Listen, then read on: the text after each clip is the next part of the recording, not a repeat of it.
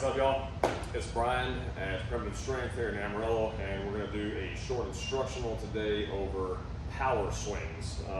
With a kettlebell, a two-hand swing, you can call them power swings, overspeed eccentric swings, spike swings, whatever you want to call them. I like to call them power swings. Okay. So what that does, a normal swing, when the bell's coming down, we're just letting gravity take it back down. We'll wait until the last minute, getting our hips out of the way before we start that next rep. On a power swing, what you can do, obviously I don't have anybody out here with me right now, but you can do what's called a spike swing. And so you would have your student or your training partner doing the two-hand swings. You're going to let them get to the top of their swing, and at the top you're going to give it a gentle push down. You're going to load them up just a little bit more in that eccentric motion when they're going down. What that does is they have to slow down a little bit quicker here, and then they need to get out of that hole faster, okay? So you're loading them up a little bit more in the eccentric motion of the swing. Now you don't want to push down so hard that they topple over, okay? Start off light at first, let your partner give you feedback. If they need more, you will push down just a little bit harder, okay? So what do you do if you don't have a partner and you still want to get the same effect, the same benefit from the power swings? You're going to do your two-hand swing. Like I said, you need to wait until the last minute before you move those hips out of the way, and then you're going to get back out of that hole as quick as you can. Now, they should not look any different than a normal two-hand swing. They're going to be a little bit quicker, but they should not be jerky. There shouldn't be anything done different. Like I said, it should look pretty similar to a two-hand swing. Okay, so I'm going to do two-hand swing, just normal. No power swing, just a two-hand swing.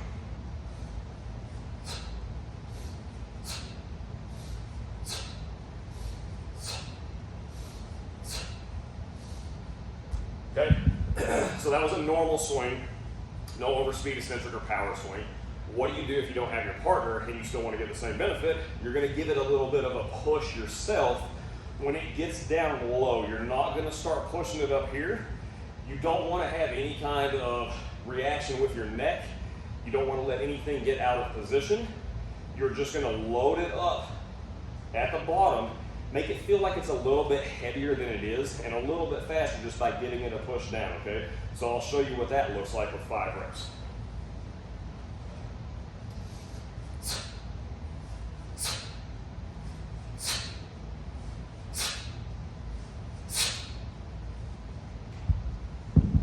Okay, so what I did there, you can tell at the bottom, I load myself up a little bit quicker. I push it down, it loads me up, it's a little faster, then I get out of the hole. Nothing else should be different with your swing, okay? Just a little bit of an extra push. I'll do it again. I'm gonna do, actually this time I'll do 5 regular swings, and then I will do 5 power swings.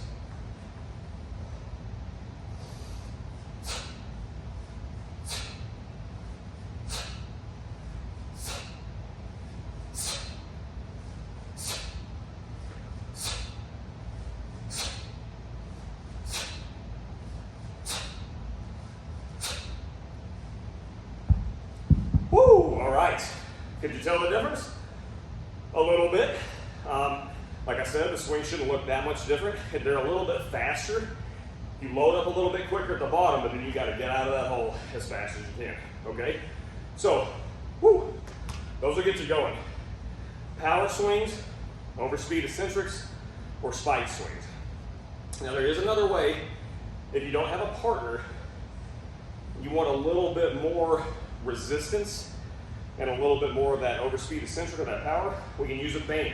I don't do these a lot, but it is one option that you have. Depending on what you're swinging and how strong you are, the band does not have to be that heavy. You do not want a really heavy band, okay? You're gonna have a hard time producing that power if you have a heavy band. You probably will not get it to chest level. And you at least want to be able to get it to chest level with the available power that you have with the bell and the band, okay? And so hopefully y'all can see this. What I'm going to do is just take this small band and loop it through itself and have it at the top of the handle of the bell, okay? I'm going to bring that back I will be standing right on top of the band. The stance is the same. Make sure you have everything planted, make sure you have it secured, and then you are going to do your swings. Now on these, you are not going to push down, obviously, because when you come up at the top of your swing, that band is going to provide the resistance, the extra overspeed eccentric or power to pull that bell back down before you get out of that hole, okay?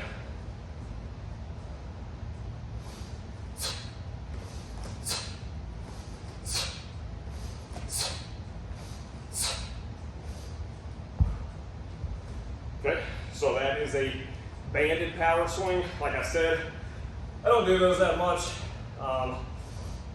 unless the program calls for it, or if I'm really working on some extreme power, I'll get a band a little bit heavier than this and do some of those. But the power swings on your own are just as effective, and you don't have to mess with those getting in your way. Okay, spike swings with your partner work great too, but that requires a partner.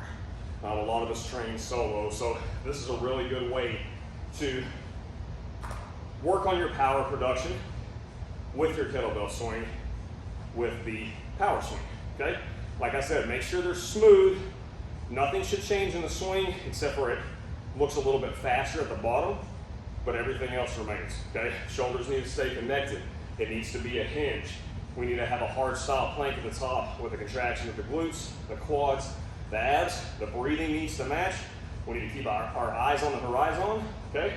So all those rules apply. You're just giving it a little extra push, creating a little bit more power. So throw those into your training, especially if you're a power athlete.